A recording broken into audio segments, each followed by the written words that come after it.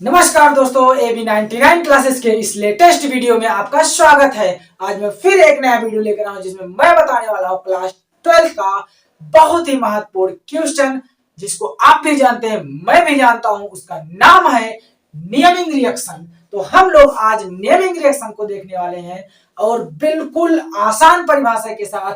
ऐसा परिभाषा यूट्यूब पर कोई नहीं देता होगा, बिल्कुल आसान परिभाषा के साथ। तो आइए हम लोग देखते हैं कि कौन सा है वो नेमिंग रिएक्शन। तो नेमिंग रिएक्शन से पहले मैं कुछ आपको बता देना चाहता हूं कि यदि आप यूट्यूब के AB99 क्लासेस के वीडियो को नहीं देखे हैं जो क्लास 12 के लिए इंपॉर्टेंट है, तो लिंक डिस्क्रिप्शन में उस पर जाइए और क्लिक कीजिए और इस वीडियो को जरूर देखिए। तो हम लोग आइए चलते हैं अपने नेमिंग रिएक्शन की तरफ, जो कि आज का लेटेस्ट वीडियो बनने वाला है। तो आओ हम लोग देखते हैं। सबसे पहले हमारा नेमिंग रिएक्शन है उल्टज फिटिंग अभिक्रिया। तो सबसे पहले हम लोग क्या देखेंगे, उल्टज फिटिंग अभिक्रिया देखेंगे। ये है वैज्ञानिक के नाम पर, जिनका नाम था उल्टज। उल्टज ने इस अभिक्रिया को दिया था, इसीलिए इसे हम लोग क्या कहते हैं, उल्टज फिटिंग अभिक्रिया कहते हैं। तो आइए हम लोग इसको पढ़ते हैं। इसकी परिभाषा क्या लिखा है, तो जब एल्किल हाइलाइड का एरिल हाइलाइड से अभिक्रिया कराया जाता है शुष्क ईथर प्लस सोडियम की उपस्थिति में, तो टॉलुइन प्राप्त होता है। यह अभिक्रिया उल्टज फिटिंग अभिक्रिया कहलाती है। अरे बच्चा, अभी तुम लोगों को यही नहीं समझ में आया होगा एल्किल हाइलाइड और एरिल हाइलाइड क्या है। अरे सबके लिए नहीं भाई, जिसको समझ में आ रहा है उसको तो ठीक है, जिसको नहीं आया है वो समझ लो। एल्किल हाइलाइड और एरिल हाइलाइड क्या होता है, तो जब किसी हाइड्रोकार्बन में हाइड्रोजन ग्रुप जुड़ जाता है तो उसको हम लोग हाइलाइड कहने लगते हैं। यदि वो खुली कार्बन श्रृंखला में जुड़ रहा है हाइड्रोजन ग्रुप। हाइड्रोजन क्या होता है भाई, फ्लोरीन। ये एक्स से लिखा जाता है, फ्लोरीन होता है, इसमें क्लोरीन होता है, ब्रोमीन होता है, आयोडीन होता है। तो जब किसी खुली श्रृंखला के साथ ये कोई जुड़ जाए तो उसको हम लोग एल्किल हाइलाइड कहने लगते हैं। क्या कहने लगते हैं, एल्किल हाइलाइड। और जब क्या होता है, किसी बंद श्रृंखला के साथ यही क्लोरीन, फ्लोरीन, ब्रोमीन, आयोडीन जुड़ जाए तो हम लोग उसको क्या कहने लगते हैं, एरिल हाइलाइड कहने लगते हैं। जैसे हम लोग बहुत अच्छे से जानते होंगे कि जब बेंजीन के ऊपर कोई हाइड्रोजन ग्रुप जुड़ता है तो उसे हम लोग क्या कहते हैं, एरिल हाइलाइड कहते हैं। तो जब एल्किल हाइलाइड और एरिल हाइलाइड की अभिक्रिया सोडियम की उपस्थिति में कराया जाता है तो हमको प्राप्त होता है टॉलुइन। आइए हम लोग इसका रिएक्शन देख लेते हैं कैसे होता है। तो हम लोग सबसे पहले लिखेंगे एल्किल हाइलाइड। एल्किल हाइलाइड को हम लोग लिख चुके हैं। इसके साथ हम लोग क्या करेंगे, सोडियम को ले लेंगे। सोडियम हम लोग 2 ले लिए हैं और उसके साथ में एरिल हाइलाइड को ले लेंगे। एरिल हाइलाइड को Cl और उसके बाद में C6H5। जैसा कि हम लोग जानते हैं बेंजीन का सूत्र क्या होता है, C6H6। एक हाइड्रोजन निकला होगा और एक क्लोरीन जुड़ा होगा। अब इसमें अभिक्रिया कैसे होता है भाई, तो इसमें अभिक्रिया कुछ इस प्रकार से होता है। ये 2 सोडियम जो है इन दोनों क्लोरीन को लेकर के बाहर निकल गया होगा NaCl। कितना, 2 NaCl। और उसके साथ साथ जो बचा है, क्या बचा है भाई, ये बचा है और ये बचा है। ये दोनों आपस में मिल करके बनाए होंगे C6H5 यहां से और CH3 यहां से, CH3 यहां से। इसी को भाई हम लोग टॉलुइन कहते हैं। क्या कहते हैं इसी को हम लोग टॉलुइन कहते हैं। अब भाई ये कुछ समझ में नहीं आ रहा है तो इसको हम लोग बिल्कुल आसानी से बना सकते हैं। C6H5 से हम लोग कुछ इस प्रकार से संरचना बना देंगे, उसके ऊपर CH3 जोड़ देंगे। तो ये हमारा जो संरचना बन रहा है इसी को हम लोग क्या कहते हैं, टॉलुइन कहते हैं। तो यही बात हुई कि जब एल्किल हाइलाइड को एरिल हाइलाइड के साथ सोडियम की उपस्थिति में अभिक्रिया कराया जाता है तो हमको टॉलुइन प्राप्त होता है। लेकिन एक बात ना भूलना कि शुष्क ईथर भी इसमें रखा हुआ है, यानी कि शुष्क ईथर भी इसमें जरूरत लगेगा। तो हम लोग शुष्क ईथर जरूर लिखेंगे, क्योंकि शुष्क ईथर की उपस्थिति में ही ये होता है। इसके बाद में हम लोग का क्वेश्चन नंबर 2 आता है, फ्रीडल क्राफ्ट अभिक्रिया। फ्रीडल क्राफ्ट अभिक्रिया मोस्ट इंपॉर्टेंट कर लो भाई, मोस्ट इंपॉर्टेंट, बहुत ही इंपॉर्टेंट होने वाला है फ्रीडल क्राफ्ट अभिक्रिया। तो आइए हम लोग इसकी सरल परिभाषा पढ़ते हैं। तो वो सरल परिभाषा लिखा हुआ है, जब बेंजीन की अभिक्रिया एल्किल हाइलाइड से कराया जाता है निर्जल AlCl3 की उपस्थिति में, तो टॉल्यूइन प्राप्त होता है। यह अभिक्रिया फ्रीडल क्राफ्ट अभिक्रिया कहलाती है। इस बार तो बिल्कुल सिंपल कर दिया भाई, डायरेक्ट बेंजीन को ही दे दिया है, और बेंजीन की जब हम लोग एल्किल हाइलाइड से अभिक्रिया करा देंगे निर्जल AlCl3 की उपस्थिति में, तो हम लोगों को टॉल्यूइन प्राप्त हो जाएगा। ये तो बिल्कुल आसान करके रख दिया है। आइए हम लोग इस आसान सी रिएक्शन को देखते हैं। तो सबसे पहले हमको क्या लेना है, बेंजीन, और बेंजीन को हम लोग अच्छे खासे से जानते हैं। कुछ इस प्रकार बेंजीन की संरचना होती है। बेंजीन की अभिक्रिया किससे कराना है, तो हमको एल्किल हाइलाइड से कराना है। अब जरा ध्यान देना, जो भी बेंजीन होता है हर एक इस पॉइंट पर CH उपस्थित होता है। तो CH उपस्थित होता है, तो हम लोग यहाँ पर जो CH होगा उसको हम लोग यहाँ दिखा देंगे। हर किसी के पास होता है, लेकिन हम लोग इसको जरूर दिखाएंगे और इसकी अभिक्रिया कराएंगे किसके साथ, एल्किल हाइलाइड के साथ। जैसा कि हम लोग एल्किल हाइलाइड को यहाँ पर लिख चुके थे, तो वही एल्किल हाइलाइड उठा लो भाई, उठा लो भाई, और क्या कर दो, अभिक्रिया करा दो। अब इसमें होगा क्या कि जो ये हाइड्रोजन था, ये हाइड्रोजन इससे अभिक्रिया करके क्या बना लेगा भाई, HCl हाइड्रोक्लोरिक अम्ल बना लेगा। तो बचा क्या है, ये बचा हुआ है, ये बचा हुआ है। अरे भाई इसको भी बना दो, बना दो भाई, बना दो, इसको भी बना दो। ये क्या है बेंजीन, इसके ऊपर कौन जुड़ जाएगा जाके, ये जाके जुड़ जाएगा इसके ऊपर और बन जाएगा CH3। और इसका नाम आप लोग तो जानते ही होंगे, अभी अभी लिखे थे, जिसका नाम था टॉल्यूइन। क्या नाम था भाई, टॉल्यूइन। तो हम लोग बिल्कुल आसानी से समझ चुके होंगे कि फ्रीडल क्राफ्ट अभिक्रिया क्या है। जब बेंजीन की अभिक्रिया एल्किल हाइलाइड के साथ कराते हैं, अब तुम लोगों को नहीं समझ में आ रहा, गुरुजी यहाँ एल्किल हाइलाइड CH3Cl है, यहाँ ClCH3 है भाई, इसको इसे पलट दिए हैं ताकि दिखाने में आसानी हो जाए। और इसमें हम लोग क्या लिए थे वो लिखना बेहद जरूरी है। AlCl3 जो कैसा है, निर्जल है। तो निर्जल AlCl3 की उपस्थिति में जब हम लोग बेंजीन की एल्किल हाइलाइड से अभिक्रिया कराते हैं तो हमको टॉल्यूइन प्राप्त होता है। ये सिंपल सी अभिक्रिया आपका खत्म।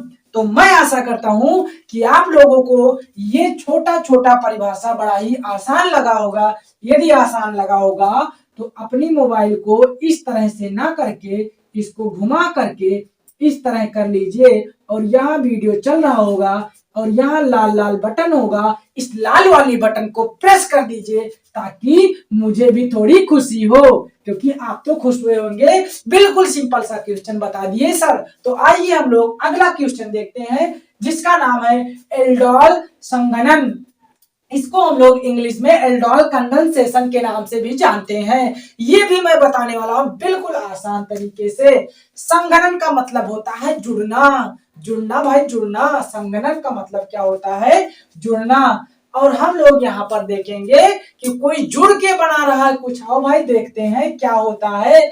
जब दो अणु एसिटल्डिहाइड को NaOH की उपस्थिति में संघनित कराया जाता है तो एल्डोल प्राप्त होता है। यह अभिक्रिया एल्डोल संघनन कहलाती है। भाई बिल्कुल परेशान नहीं होना है, अरे परेशान नहीं होना है। देखो यहाँ संघनित, संघनित का मतलब ये होता है भाई, मान लेते हैं हम इतना बड़ा हमारे पास कोई था, यहाँ पर छोटे छोटे अणु थे। अब हमने क्या किया, इन छोटे छोटे अणु को क्या किया, दबा दबा के कुछ इतने में कर दिया। तो भाई ये सब बगल बगल में बिल्कुल हो गए, तो इन दोनों का क्या हो गया, इन सब का संघनन हो गया है। तो हम लोग दो अणु को लेंगे, किसको, एसिटल्डिहाइड। भाई कुछ समझ में नहीं आ रहा है एसिटल्डिहाइड क्या है, कुछ परेशान नहीं होना है। एसी शब्द लगाते हैं हम लोग CH3 के लिए। एल्डिहाइड सूत्र लगाते हैं हम लोग CHO के लिए, तो इसका नाम क्या हो जाएगा, एसीटल्डिहाइड। ये क्या है, एसीटल्डिहाइड है। एसीटल्डिहाइड कितने अणु लिए जाएंगे भाई, हाइड हाइड रहेगा भाई, हाइड हमने गलत कर दिया तो आप भी गलत मत करना। एसीटल्डिहाइड, एसीटल्डिहाइड इसके साथ क्या लिया जाएगा, कुछ नहीं, यही दो अणु लिया जाएगा।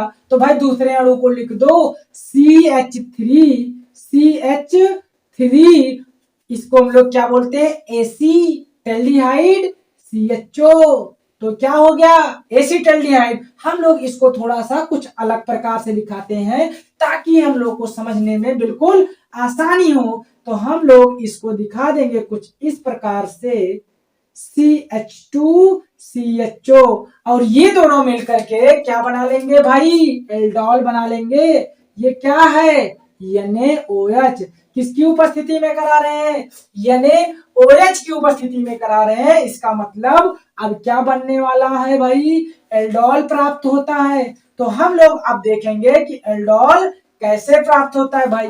CH3 उसके साथ में क्या लगा हुआ है, CHO के साथ इसको भाई लिखो, इसका क्या नाम है, H, और इसका नाम क्या है, CH2, और इसका नाम क्या है, CHO भाई, CHO। ये O ना लगाओ, CHO लिखो। तो ये हमारा क्या बन के आ गया है, एल्डोल। इसको लगा दो ब्रैकेट, जहां पर ये दोनों आपस में जुड़ रहे थे उसको लगा दो ब्रैकेट। ये O इसके साथ में जुड़ रहा था, तो यहाँ पर हम लोग क्या लगा देंगे, ब्रैकेट। यही हमारा क्या है, एल्डोल है। क्या है भाई, एल्डोल है।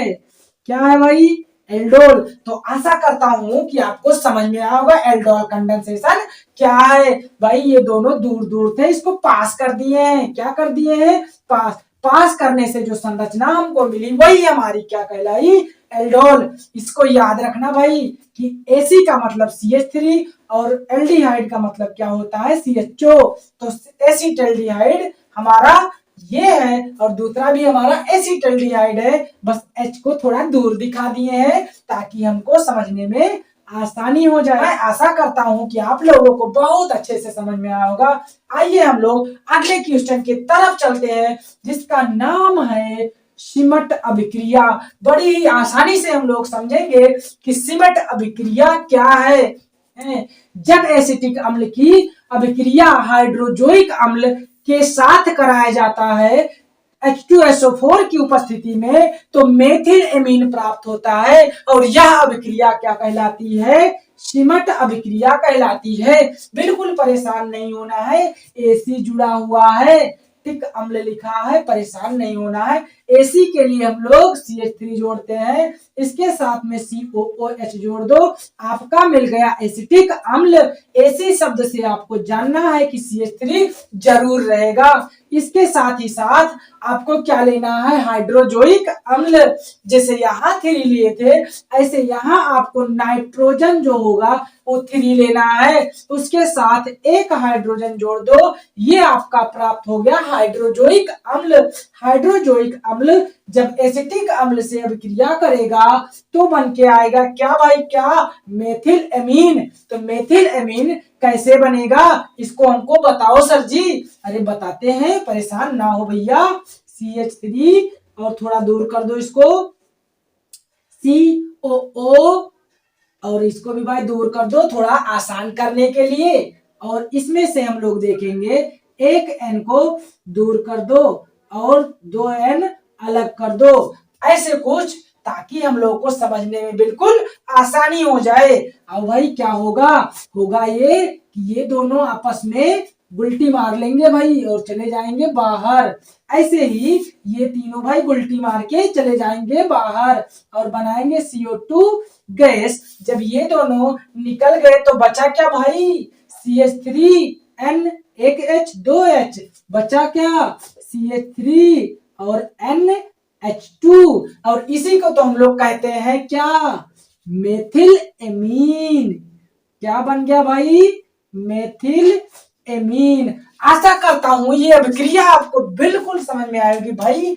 AC प्लस CH2 जोड़ो, N3 प्लस हाइड्रोजन जोड़ो, आपका ये सूत्र प्राप्त हुआ। एसिटिक अम्ल, एसिटिक अम्ल, इसोहाइड्रोजोइक अम्ल, ये दोनों आपस में अभिक्रिया करके मेथिल एमीन बनाए। भाई कैसे किए हैं ये तो आपको बता ही दिए, थोड़ा दूर कर दो भाई, ये गुलटी मार के बाहर, ये भी गुलटी मार के बाहर, जो बचे हुए हैं वही तो हमारा क्या है भाई, मेथिल एमीन है। यदि आपको ये वीडियो पसंद आया हो तो अगले वीडियो को देखना ना भूलें। तो हम लोग सबसे पहले देखेंगे कोल्बे अभिक्रिया को। किसको देखेंगे? कोल्बे अभिक्रिया को। इसको थोड़ा सा पढ़िए सबसे पहले। जब फिनाल का सोडियम हाइड्रोक्साइड के साथ अभिक्रिया कराया जाता है तो फिनाक्साइड आयन प्राप्त होता है। कहने का मतलब है कि जब हम लोग फिनाल का सोडियम हाइड्रोक्साइड के साथ अभिक्रिया करवाते हैं तो हमको फिनाक्साइड आयन प्राप्त होता है। पहले हम लोग यहां तक की कार्य कर लेते हैं। देखिए फिनाल लेंगे, सबसे पहले हम लोग क्या लेंगे? फिनाल। ये है हमारा फिनाल। फिनाल की अभिक्रिया हम लोग किससे करवाने वाले हैं? तो सोडियम हाइड्रोक्साइड यानी OH के साथ। किसके साथ? सोडियम हाइड्रोक्साइड के साथ। ये होगा क्या इस अभिक्रिया में कि ये जो H है, ये जो H है, ये इस OH के साथ मिल करके बाहर निकल जाएगा। क्या होगा इसमें? ये H इस OH के साथ मिलके बाहर निकल जाएगा कुछ इस प्रकार, H2O। और जो ये Na बचा हुआ है इस ऑक्सीजन से मिल करके बनाएगा फिनाक्साइड आयन। क्या बनाएगा? Phenoxide ion, ONA। तो सबसे पहले हम लोगों ने पढ़ा फिनाल की सोडियम हाइड्रोक्साइड के साथ, ये है फिनाल और ये है सोडियम हाइड्रोक्साइड।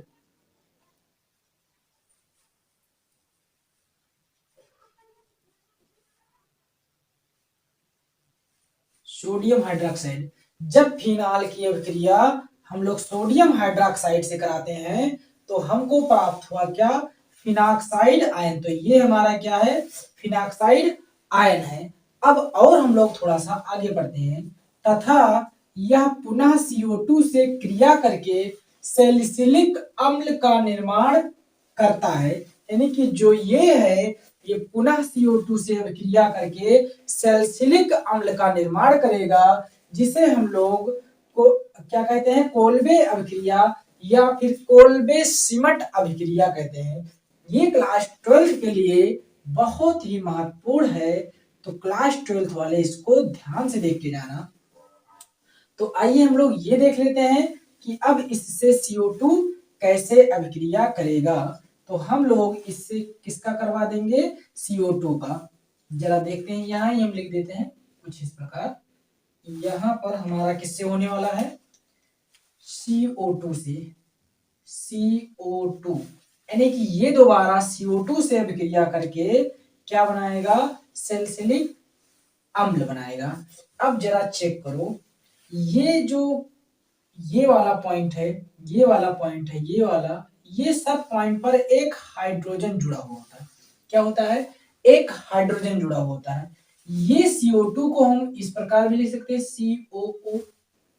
अब होगा क्या कि ये COO यानी कि CO2 इसके साथ जाके जुड़ जाएगा। हम दिखाते हैं कुछ इस प्रकार, कुछ इस प्रकार दिखाते हैं।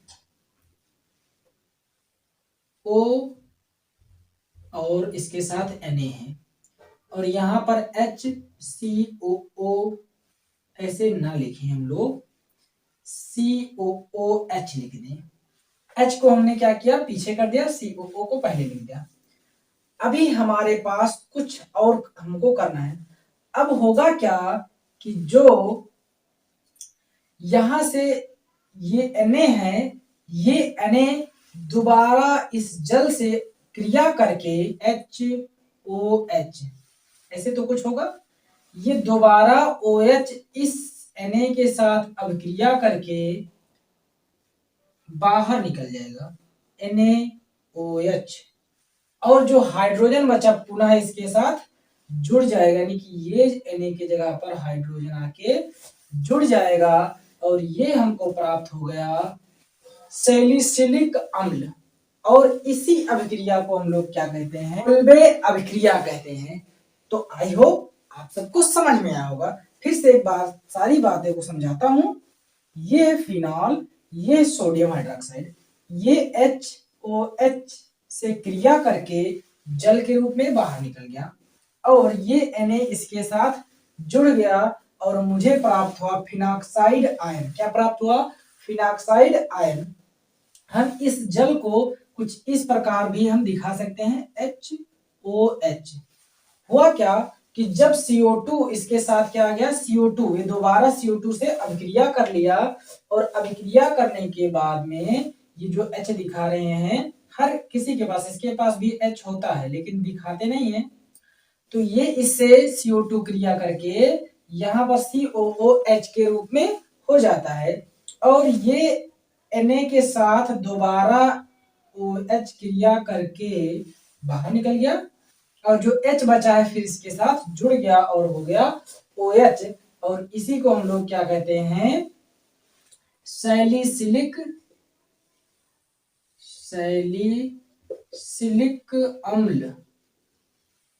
सैलिसिलिक अम्ल। और यही तो हमको प्राप्त करना था। तो हम लोग कहेंगे बिल्कुल आसानी से कि वह अभिक्रिया जिसमें फिनॉल और सोडियम हाइड्रोक्साइड का अभिक्रिया कराने पर एक मध्य उत्पाद फिनॉक्साइड आयन प्राप्त होता है, वो दोबारा CO2 से अभिक्रिया करके क्या बनाता है, सैलिसिलिक अम्ल बनाता है, यानी कि सैलिसिलिक अम्ल का निर्माण होता है। और यही अभिक्रिया क्या कहलाती है, कोल्बे अभिक्रिया या कोल्बे सिमट अभिक्रिया कहलाती है। तो आइए हम लोग अब क्वेश्चन नंबर 2 की तरफ चलते हैं। क्वेश्चन नंबर 2 है, ये बेहद महत्वपूर्ण क्वेश्चन है, BVI। तो इसको जरूर से देखना है, कैनेज आरओ रिएक्शन। तो हम लोग इसमें देखने वाले हैं kinase RO reaction.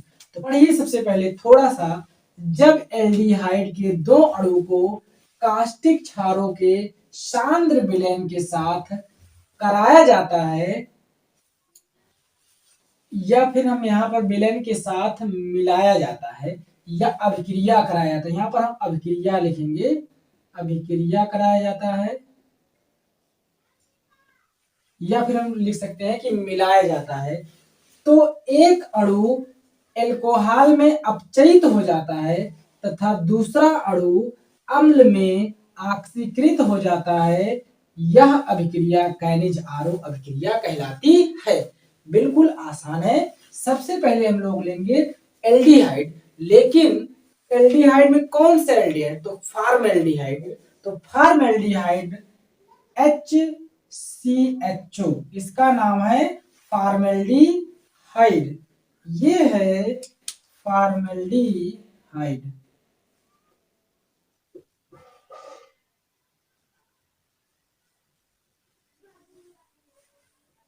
Formaldehyde, formaldehyde को हम लोग कास्टिक क्षारों के साथ, कास्टिक क्षार को हम लोग जानते हैं पोटेशियम हाइड्रोक्साइड, सोडियम हाइड्रोक्साइड, इसको हम लोग क्या कहते हैं, कास्टिक क्षार कहते हैं। तो हम ले लेंगे यहाँ पर NaOH, ये भी क्या है, कास्टिक क्षार है। अब हम लोग जब इससे अभिक्रिया कराएंगे तो इसके कितने अणु हैं, 2 अणु है। 2 अणु में से एक अणु किसमें अपचयित हो जाएगा, एल्कोहल में, और दूसरा अणु क्या हो जाएगा, ऑक्सीकृत हो जाएगा और बनाएगा, आइए हम लोग देखते हैं क्या। तो यहां से हम लोग, अगर हम लोग इसको दिखाना चाहें तो कुछ इस प्रकार दिखा दे, HCHO HCHO 2 हो जाए ताकि अच्छा हो जाए, आसान हो जाए। तो सबसे पहले क्या होगा कि ये एल्कोहल में परिवर्तित हो जाएगा, किसमें परिवर्तित हो जाएगा, एल्कोहल में, CH3OH। इसके साथ ही साथ ये हमारा क्या है, एल्कोहल, इसका नाम एथिल अल्कोहल लिख सकते हैं, सॉरी मेथिल अल्कोहल, इसका नाम मेथिल अल्कोहल लिख सकते हैं। इसके साथ में हमको प्राप्त होगा HCOONA, इसमें इसको हम लोग कहते हैं सोडियम फॉर्मेट। क्या कहते हैं? Sodium format. Sodium format.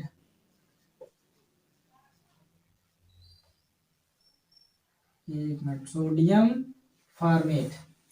तो हमारा क्या हुआ है, हम ये समझने की अब कोशिश करते हैं कैसे ये बना होगा। तो जरा चेक करो, ये CH, कितने H हुए? 2H। एक H इसका आ गया और बन गया CH3, और यहां से देखना, यहां से आया OH, और यहां से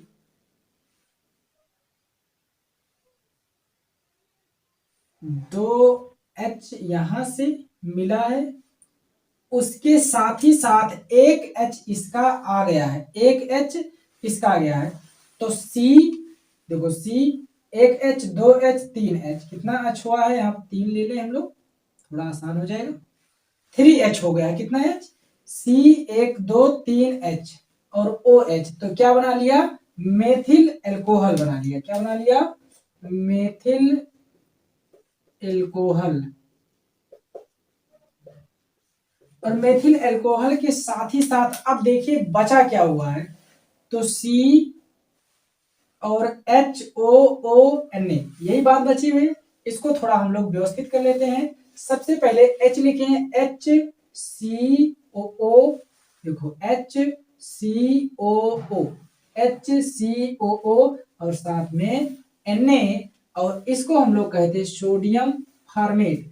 तो यह हमारा था तो यह हमारा था कैनिजारो अभिक्रिया।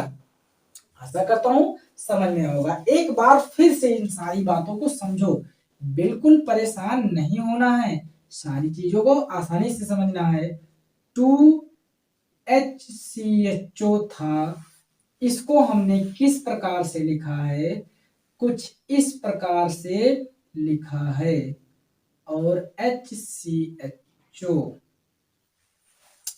सारी बात है तो थोड़ी सी हम लोग आसान करने के लिए इस तरह से लिख रहे हैं।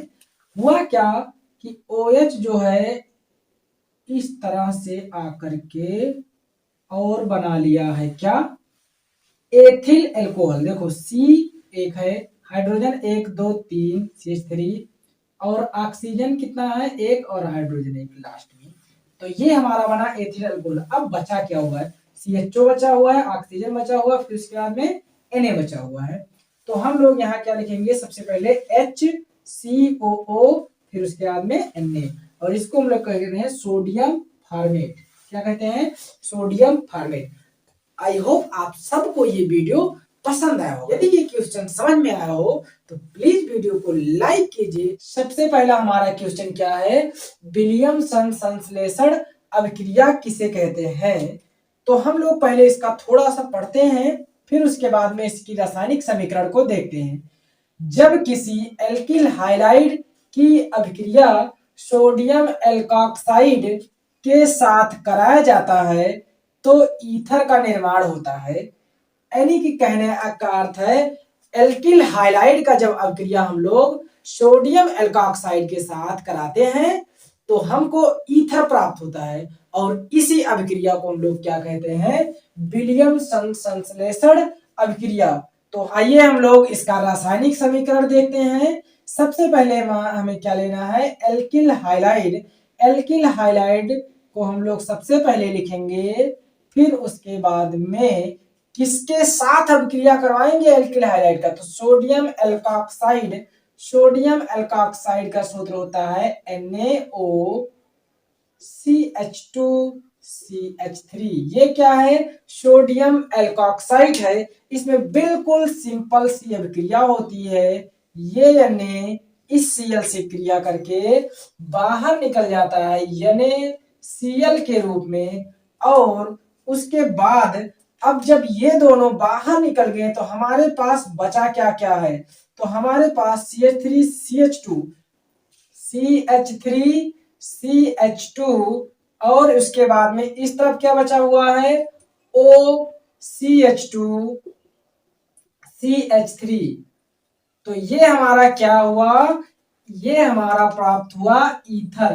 क्या प्राप्त हुआ हमको, ये ईथर है। ईथर हम लोग कहते हैं जब O के इस तरफ और इस तरफ एल्किल ग्रुप जुड़ा होने की R O R, तो ये जो इतना पार्ट है ये R है, ये इस तरफ जो इतना पार्ट है ये भी R है, और बीच में O है, इसका मतलब ये क्या है, ईथर। तो हम लोग इसको क्या कहेंगे, ईथर। तो यही था हमारा सिंपल सा अभिक्रिया जिसको हम लोग कहते हैं विलियमसन संश्लेषण अभिक्रिया।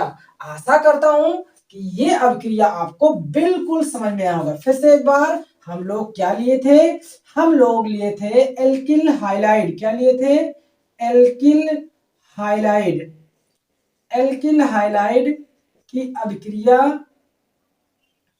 किससे करवा दिए थे, हम लोगों ने सोडियम एल्कोक्साइड के साथ, सोडियम एल्कोक्साइड, एल्कोक्साइड के साथ जब हमने करवाया तो हमको क्या प्राप्त हुआ, ईथर, और उसके साथ ही हम लोगों को क्या मिला था, NaCl। ये बाह्य प्रोडक्ट के रूप में, तो इसकी हम लोग कोई गिनती नहीं करते हैं। हमको जो हमारा मेन प्रोडक्ट था वो था हमारा ईथर। तो हम लोग इस परिभाषा को आसानी से याद रखेंगे, जब किसी एल्किल हाइलाइड की अभिक्रिया सोडियम एल्कोक्साइड के साथ कराया जाता है तो ईथर का निर्माण होता है। यह अभिक्रिया विलियमसन संश्लेषण अभिक्रिया कहलाता है। इसके बाद हम लोगों का दूसरा नंबर आता है जो मोस्ट इंपॉर्टेंट होने वाला है, तो इसको आप जरूर देख के जाना। जैसा मैं लिख भी दिया हूं, 2014 में भी आया था, 2016 में भी आया था, 2017 में भी आया था, 2022 में भी आया था। तो आप समझ चुके होंगे कि ये कितना मोस्ट इंपॉर्टेंट होने वाला है। तो आइए हम लोग इसका पहले डिफिनेशन थोड़ा सा पढ़ते हैं, उसके बाद में हम लोग देखेंगे रासायनिक समीकरण। तो हम लोग पढ़ते हैं, जब फिनाल की क्रिया जलीय KOH की उपस्थिति में क्लोरोफॉर्म, क्लोरोफॉर्म का सूत्र होता है CHCl3 से कराई जाती है तो सैलिसल्डिहाइड प्राप्त होता है। इस अभिक्रिया को रायमन टीमन अभिक्रिया कहते हैं। बिल्कुल आसानी से फिनाल की अभिक्रिया जब हम लोग KOH या यहाँ पर हम लोग NaOH भी ले सकते हैं, इसका नाम है पोटेशियम हाइड्रोक्साइड, उसका नाम है सोडियम हाइड्रोक्साइड। तो यहाँ पर हम लोग NaOH भी ले सकते हैं। उसकी उपस्थिति में जब क्लोरोफॉर्म से कराते हैं तो हमको सैलिसल्डिहाइड प्राप्त होता है, और इसी अभिक्रिया को हम लोग क्या कहते हैं, रायमर टीमन अभिक्रिया कहते हैं। तो आइए हम लोग आसानी से इसका समीकरण देखते हैं। तो सबसे पहले हमारा क्या है, फिनाल है। तो सबसे पहले हम लोग फिनाल को लेंगे। फिनाल का जो स्ट्रक्चर बनता है, इसको मैं थोड़ा सा यहां मिटा दे रहा हूं। फिनाल का जो स्ट्रक्चर बनता है कुछ इस प्रकार से बनता है, और ऊपर OH लगा होता है। ये है फिनाल। फिनाल की क्रिया हम लोग KOH की उपस्थिति में, KOH की उपस्थिति में जब क्लोरोफॉर्म से कराते हैं, किससे कराते हैं, CHCl3 क्लोरोफॉर्म की उपस्थिति में कराते हैं। और एक खास बात, इसमें जो KOH लिया जाएगा, इसका 3 अणु लिया जाएगा। जब इन दोनों को हम लोग अभिक्रिया करवाते हैं तो हमको प्राप्त होता है सैलिसल्डिहाइड। लेकिन उससे पहले हम लोगों को एक मध्य प्रोडक्ट प्राप्त होता है, मध्य उत्पाद प्राप्त होता है। सबसे पहले हम लोग वो देखेंगे। तो हम लोगों को प्राप्त होता है सबसे पहले ये OH सेम टू सेम यही रहेगा, बस होगा क्या कि यहां पर CHOH का होल ट्वाइस प्राप्त होगा, और इसके साथ ही साथ, इसके साथ ही साथ क्या होता है, 3KCl, साथ ही साथ 3KCl प्राप्त होता है, और 2 अणु जल प्राप्त होता है। तो हम लोग यहां तक की कहानी समझ चुके होंगे। ये है फिनाल, ये है पोटेशियम हाइड्रोक्साइड, ये है क्लोरोफॉर्म। जब ये तीनों अभिक्रिया करते हैं तो इससे एक मध्य उत्पाद का निर्माण होता है, जो मैं यहां लिख दिया हूं इससे प्राप्त हुआ है। अब हम लोग क्या करेंगे, इसी को दोबारा H+ के साथ अभिक्रिया करवा देंगे। तो इसी को मैं यहाँ से एक बार यहाँ लिख रहा हूं। तो आइए हम लोग देखते हैं क्या होता है इस बार।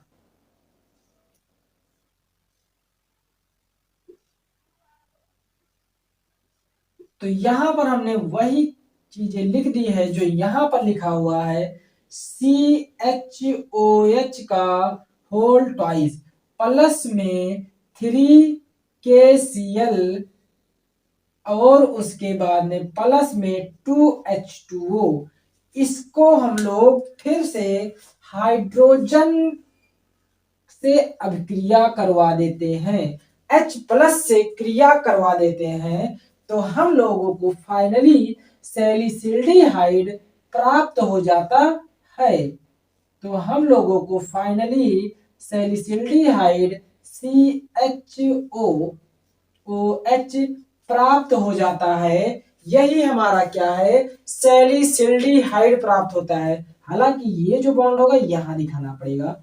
तो ये हमारा क्या प्राप्त हो गया है, सैलिसिल्डिहाइड प्राप्त हो गया है। और यही हमको प्राप्त करना था, जो कि अब प्राप्त हो चुका है।